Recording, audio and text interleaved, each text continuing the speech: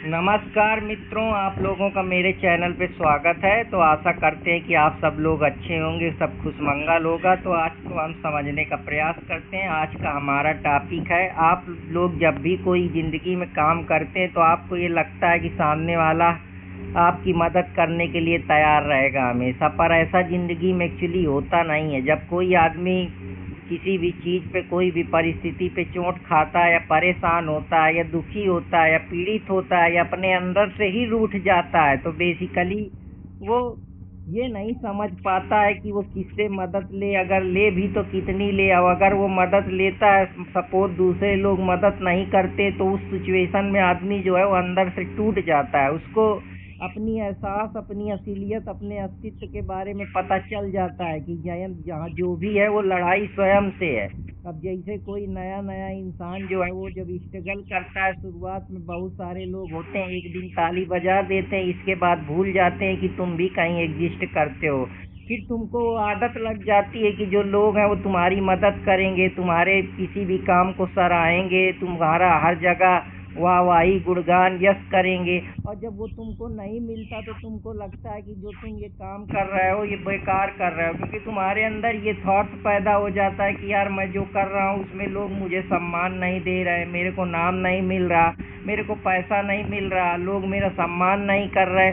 तो वो एक अंदर जो है वो ईगो पैदा हो जाता है। यहीं से इंसान जो होता है पहले बार जो है उसके अंदर ईगो का नाम का जन्म हो जाता है। अहंकार यहीं से पैदा होता है कि मैं क्या किसी से कम हूँ, इस समाज को इतना कुछ मिला है, लोग इतना कुछ कर रहे हैं और मैं है कि अपना एग्जिस्टेंस ही नहीं चला पा रहा। तो आदमी अपने अस्तित्व के लिए फिर असली लड़ाई किसी बाहर से नहीं होती है। बेसिकली हम जिन जालों पे, जिन दुनिया के मायावी ख्वाबों में उलझे रहते हैं वो बेसिकली हमारे सोच का परिणाम है। क्योंकि हम को बचपन से ये बताया जाता है कि ये बड़ा है, ये छोटा है, ये स्टेटस है, ये पद है, ये पावर है। वैसे ही हमको सोसाइटी में उस प्रकार की वैल्यू क्रिएट कर दी गई है कि नहीं तुमको ये काम करना है, तो ये चीज़ की वैल्यू ज़्यादा है, इसमें ज़्यादा पैसा है। तो दिमाग हमारा उसी प्रकार से ट्रेन हो जाता है, वो अपने सर्वाइवल के लिए बचने लगता है। जो उसके अंदर का हुनर होता है उसको मार देता है। वो इस वजह से मार देता है क्योंकि उसकी मेमोरी उसको लगातार सचेत करती रहती कि बेटा अगर तू ये काम नहीं पकड़ेगा तो तू परेशान होगा, तेरे को पैसे नहीं मिलेंगे, तू कैसे खाएगा, कैसे जिएगा, अपने अस्तित्व को कैसे चलाएगा। तो इसी अस्तित्व को बचाने के लिए इंसान पहले जो है प्रोटेक्शन ढूंढता है, सिक्योरिटी ढूंढता है। इसीलिए जब इंसान अकेला होता है तो वो संघर्ष करके, स्ट्रगल करके, क्योंकि मेमोरी में पता है कि उसको मालूम है कि यार तुमको अगर रहना है तो तुमको कमाना है, अपने लाइवलीहुड चलाना है, तभी तुम जीवन को आगे बढ़ा पाओगे। लेकिन अगर सिचुएशन ये हो जाए कि तुम्हारे अस्तित्व को खतरा इसी वजह से होने लगता है क्योंकि तुम्हारे दिमाग में जो वैल्यू बनाई गई है, तुमको ये बताया गया है कि तुम भी कोई हो। अगर तुम सैलरी कमा रहे हो तो तुमको ये लगता है हाँ मैं भी कुछ कमा रहा हूँ, तो वो दिमाग उसी प्रकार से जो है एंटीसिपेशन करने लगता है। तो बेसिकली समस्या ये नहीं है कि तुम सोसाइटी से कुछ मांग रहे हो, लोगों से कुछ मांग रहे हो या समाज से कुछ मांग रहे हो। कहने का मतलब है जब तुमको अपने अस्तित्व के बारे में पता चल जाता है कि तुमको यहाँ कोई बचाने नहीं आएगा, असली जंग तुम्हारी बाहरी दुनिया से नहीं है। बाहरी दुनिया से तुम क्या मांग रहे हो? पद मांग रहे हो कि प्रतिष्ठा मांग रहे हो कि सम्मान मांग रहे हो कि पैसा मांग रहे हो? यही तो मांग रहे हो, यही तो तुम्हारी डिमांड है। वो तुम्हारी डिमांड नहीं है। जैक लक्कन फिलासफर है जो एक बार कहा था कि डिजायर जो होती है वो इंसान की खुद की नहीं होती है। जब वो समाज में पैदा होता है तो वो देखता है कि ये गाड़ी है, ये घर है, ये बंगला है, ये पद है, पावर है, प्रतिष्ठा है, उन चीज़ों की जब वो हनक देखता है, उनका रिस्पेक्ट देखता है, तो वो वैसा ही करने का प्रयास करने लगता है। तो वो इसी को बोलता है कि ये तुम्हारी खुद की डिजायर नहीं है। उसका एक टर्म है, वो कहता है it is a desire of other.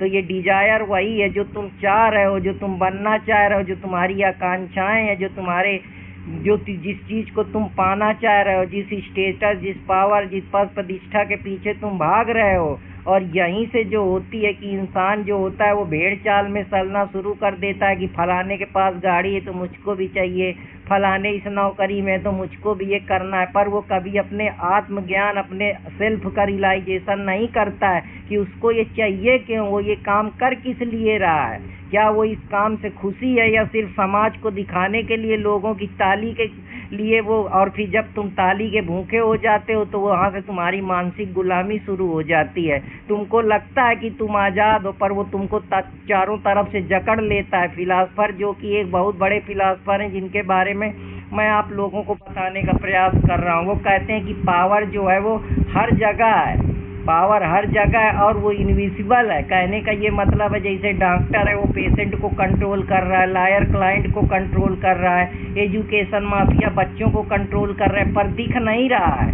पर चल सब रहा है कि तुम पागल हो कि तुम सही हो। इसका भी निर्णय है जो डॉक्टर करेगा कि तुम्हारी मेडिकल कंडीशन कैसी है, नॉर्मल है कि नहीं है।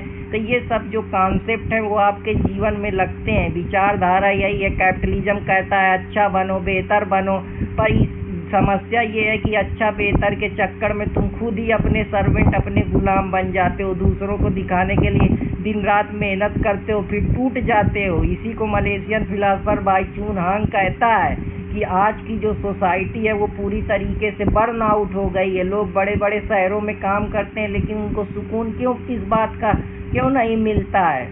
उनको सुकून इसी वजह से नहीं मिलता है क्योंकि उनके वो कभी डिजायर थी नहीं। वो दूसरों को दिखाने के लिए बड़े बड़े शहरों में, बड़े बड़े मकानों में, बड़ी बड़ी गाड़ियों में, बड़ी बड़ी चीज़ों पे रहते हैं, पर जब वो शाम को अकेले में बैठते हैं तो उनको एहसास होता है कि किसी न किसी चीज़ की कमी है। तो यही है कि तुमको कोई बचाने आएगा नहीं। तुम जब तक समझदार नहीं बनोगे, अपनी साइकोलॉजी, अपने माइंड को नहीं समझोगे, तब तक परेशान रहोगे। और इस परेशानी का एक ही सल्यूशन है कि जब तक तुम अपनी सेल्फ इंक्वायरी नहीं करोगे कि मुझे चाहिए क्या, मेरी एक्चुअली में डिजायर क्या है, मेरे को ये चाहिए भी या मैं किसी दूसरे के दबाव में उस चीज़ के लिए कर रहा हूँ। ऐसा नहीं है कि तुम पैसा कमा लोगे तो सारी समस्याएं ख़त्म हो जाएंगी, या कोई पद मिल जाएगा तो सारी समस्याएं ख़त्म हो जाएंगी। ज़िंदगी का नाम ही अनसर्टेनिटी है, क्योंकि हम सर्टेनिटी चाहते हैं कि जीवन हमारे हिसाब से चले, हम जैसा सोचे वैसे चले, पर जब ज़िंदगी रियलिटी में हमको रूबरू कराती है तो वो अनसर्टेनिटी की तरफ चलती है। किसी को नहीं मालूम कल क्या होगा, पानी बरसेगा, जिएगा आदमी कि मरेगा, कि कहाँ क्या होगा, कोई नहीं जानता है। लेकिन यही अनसर्टेनिटी है जो हमको उत्सुकता बनाती है। उस अनसर्टेनिटी के पीछे हम आगे के बारे में सोचते हैं, वरना अगर अनसर्टेनिटी ना हो तो लोग भविष्य के बारे में काहे सोचें। भविष्य के बारे में इसी सोचते हैं क्योंकि उनकी आकांक्षाएं हैं, उनकी डिजायर है। हम प्रेजेंट समय में क्यों आकांक्षाएं, डिजायर नहीं बनाते हैं? कभी आपने इस चीज़ पे गहन अध्ययन करा है? तो कहने का यही मतलब है कि हमारा दिमाग हमेशा आगे की तरफ चलता है, या जो पीछे घटित हो चुका है, जो हम पाना चाहते थे उसमें कुछ कमियां रह गई हैं, वही घुमा फिरा के हमको परेशान करती हैं। इसी को जो है विचारक सिगमंड फ्रॉइड, जो कि साइकोलॉजिस्ट है, वो कहता है कि आपकी रिप्रेस्ड डिजायर है, जो दबी हुई है बचपन में, जो आप करना चाहते थे। जब बेटा पहली बार पैदा होता है, मम्मी से खाना मांगता है, जैक लक्कन कहता है कि पहली बार माता उसको दुबका देती है, वहीं से उसके अंदर जो है ईगो पैदा हो जाता है कि यार बताओ मेरी बात को नकार दिया गया। बच्चा वहीं से जो है अपने तरीके से सोचने लगता है, वो अहंकारी बन जाता है। वहीं से हमारा, क्योंकि हमारे दो डिजायर होती हैं, एक हमारा आई होता है, एक मी होता है। जहाँ मैं खुद सोचता हूँ, मैं सोचता हूँ मैं अपने हिसाब से चलूँ, अपने हिसाब से खाऊँ, अपने हिसाब से पीऊँ, अपने हिसाब से जीऊँ, पर समाज हमको दूसरी रियलिटी दिखाता है। जब हम समाज की जो बनी हुई डिजायर है, समाज में बनी हुई सोशल सिस्टम है, उनको नहीं चैलेंज कर पाते, उनसे नहीं लड़ पाते, तो हमारे यार अहंकार पैदा होता है कि यार सामने वाला कमा रहा है, मैं नहीं कमा रहा हूँ, मैं ये नहीं कर पा रहा हूँ, तो हमको लगता है कि यार मैं ही काहे पीछे हूँ। वहीं से हमारे, क्योंकि हमको चीज़ें मिलती नहीं, जबकि हमारे मन की महत्वाकांक्षाएं अनलिमिटेड है, उसकी आकांक्षाएं अनलिमिटेड हैं कि उसको कुछ ना कुछ मिलना चाहिए, वो अपने हिसाब से हर चीज़ करे। और वो समाज हमको दबा देता है कि अभी तुम 16 साल के हो, अभी तुम ये नहीं करोगे, अभी तुम 15 साल के हो, तुमको ये नहीं करना चाहिए, तुम ये नहीं कर सकते हो, इसको नहीं परेशान करते हो, इस सोशल आर्डर का तुमको पालन करना है। जबकि मन कहता है यार सब तो कर रहे हैं, मुझे ही काहे रोका जा रहा है। तो यहीं से समस्याएं क्रिएट होने लगती हैं कि बेसिकली फिर आदमी सोचने लगता है जब मेरी कोई नहीं सुन रहा तो मैं दूसरी की काहे सुनूं। यहीं से उसके अंदर पहली बार कि अब मुझे कोई बचाने नहीं आएगा, मुझे अपनी लड़ाई खुद लड़नी पड़ेगी। तब वो समझदार बनता है, तब वो दुनिया की नहीं सोचता है कि लोग ताली बजा रहे हैं, हंस रहे हैं, गा रहे हैं। उसको मालूम है कि एक दिन वो मर के चला जाएगा। फिलासफर अल्बर्ट कामस कहता है कि लाइफ अब्सर्ड है, अपसर्ड का मतलब है कि जो लाइफ है वो अपसर्डिटी की तरफ चली जा रही है। हम इसकी कोई मीनिंग नहीं है। हम अपने जीवन में मीनिंग ढूंढते हैं कि मैं ये काम कर लूँगा तो मैं पूर्ण हो जाऊँगा, लेकिन समस्या यही है जब हम दूसरों को देखते हैं तो हमको लगता है नहीं उसका काम बेहतर है, मेरा काम खराब है।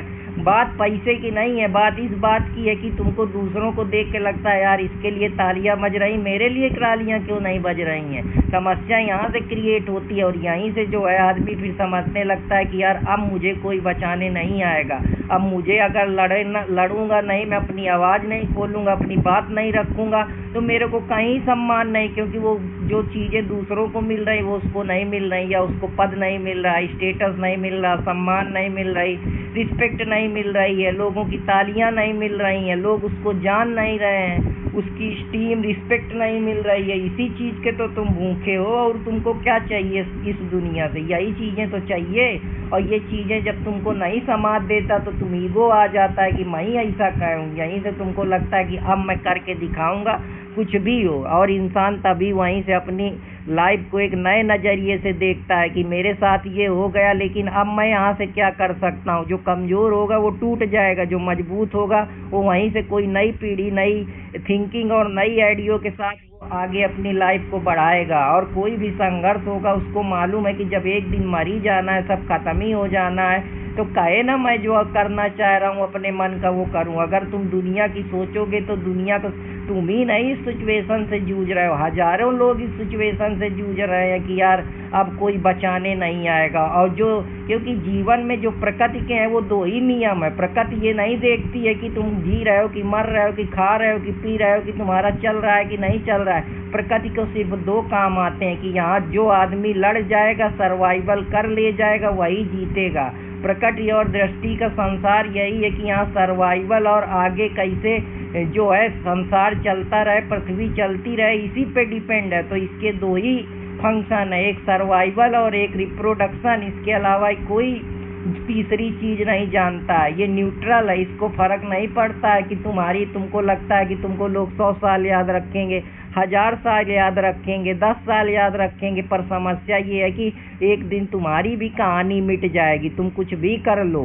तो कहने का ये मतलब है जब तुमको ये असलियत समझ में आ जाती है कि एक दिन जो मेरी बनाई हुई कहानी है वो भी खत्म हो जाएगी, जो मेरे नरेटिव है वो भी खो जाएंगे, जो मेरी स्टोरी है वो भी खत्म हो जाएगी, जो मेरे लाइफ के स्टोरी के चैप्टर हैं, अच्छे हैं, बुरे हैं, खराब हैं, वो सब खत्म हो जाएंगे। तब तुमको ये समझ में आ जाता है कि एक्चुअली में लाइफ में कुछ भी नहीं है जो है, जिसके लिए तुम अगर जब तक मिल नहीं रहा तब तक तुमको लगता है। तुम ही सोचो जब तुमको कोई चीज़ मिल जाती है तो तुम कितनी देर प्रसन्न रहते हो, ज़्यादा से ज़्यादा आधा घंटा, 1 घंटा, फिर लाइफ में नए चैलेंज, नए रिस्क। इसी को फिलासफर आर्थर शोपेनहावर कहता है कि लाइफ हमारी एक पेंडुलम की तरीके है जो हमेशा सफरिंग और बोर्डसम के बीच में झूलती रहती है। जैसे ही हम किसी चीज़ को पाने का प्रयास करते हैं तो उसके लिए सफ़र करते हैं, स्ट्रगल करते हैं, जैसे ही मिल जाता है थोड़ी देर के लिए हमको रिलीफ मिलता है, फिर हम नए नीरसपन की दुनिया में निकल जाते हैं। तो यही सच्चाई है। इसीलिए जब कोई आदमी अपने आप से रूबरू होता है तो वो 24 घंटे भी नहीं काट सकता है। इसीलिए जब उसको असलियत समझ में आती है तो हर चीज़ों से दूर निकल के वो अपने बारे में सोचता है, अपने को बेहतर करता है और अपने टाइम का बेहतर सदुपयोग करता है, क्योंकि उसको मालूम है कि एक दिन वो मर ही जाना है, उसका लाइफ की जो मीनिंग है वो ख़त्म ही हो जानी है। जो भी वो सार्थकता बनाए है अपने जीवन में उसका महत्व एक दिन चला ही जाना है। तो जब उसको ये चीज़ें समझ में आ जाती हैं तो वो जान जाता है कि मुझे ये क्यों जीना है, किसके लिए जीना है, क्यों करना है। तब वो बेसिकली जो करना चाहता है वो करता है। और हमको क्या है, पाठ हमेशा से पढ़ाया जाता है कि अच्छे बने रहो, बेहतर बने रहो, पर तुमको लगता है समाज में अच्छे बने रहो, बेहतर बने रहो से कुछ होता है? दुनिया पावर और पॉलिटिक्स के पीछे चलती है, पावर और कैरेक्टर के पीछे चलती है। पावर से ही हर चीज़ चलती है, कैरेक्टर बाद में आता है।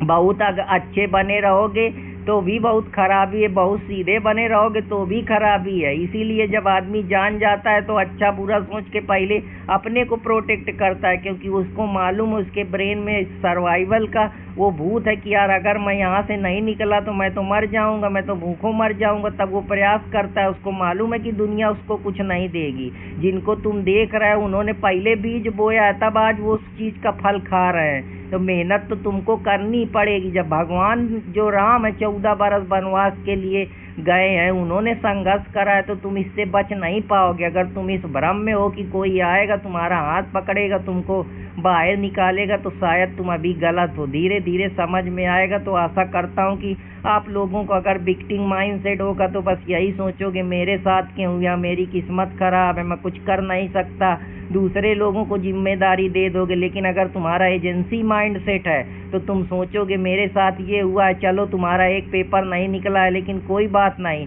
तुम उसी पेपर को आधार बनाओगे कि मैं इस ज्ञान से अब क्या अच्छा कर सकता हूँ। अगर मेरे साथ खराब हुआ है तो मैं दूसरों के लिए कैसे बेहतर बीज बो सकता हूँ जिससे उनको उस चीज़ का फल मिल सके। जो चीज़ मैंने फेस करी है वो दूसरे लोग ना फेस करें।